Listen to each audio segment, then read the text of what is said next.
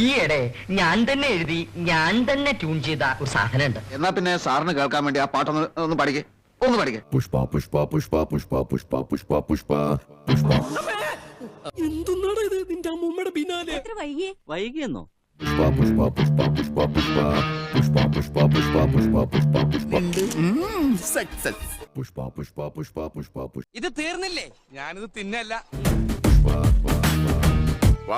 ബാപ്പേ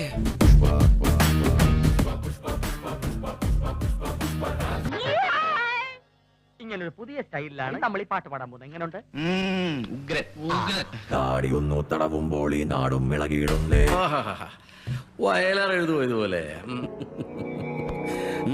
കൊള്ളാം, നീ ആളൊരു കൊമ്പനാടാ. നീ തോളുയർത്തി നടന്നിടുമ്പോൾ ഭൂമികര കൊള്ളുന്നേ. എല്ലാമുണ്ടേ പുഷ്പയ്ക്ക്, എന്നാ ചിലതോ ഇല്ലില്ല. എനിക്ക് ചൊറിഞ്ഞോണ്ട് വരണം, എന്നെ കൊണ്ട് പറയിപ്പിക്കരുത്. എടാ, എന്റെ അവസ്ഥ ഒന്ന് ആലോചിച്ചോ. ഒരു പൂവെടുത്ത് ചെവിയിൽ വെച്ചിട്ട് റോഡിൽ കൂടി ഒന്ന് ഓടിയാലോ എന്ന് ആലോചിച്ചിരിക്കുകയാണ് ഞാൻ.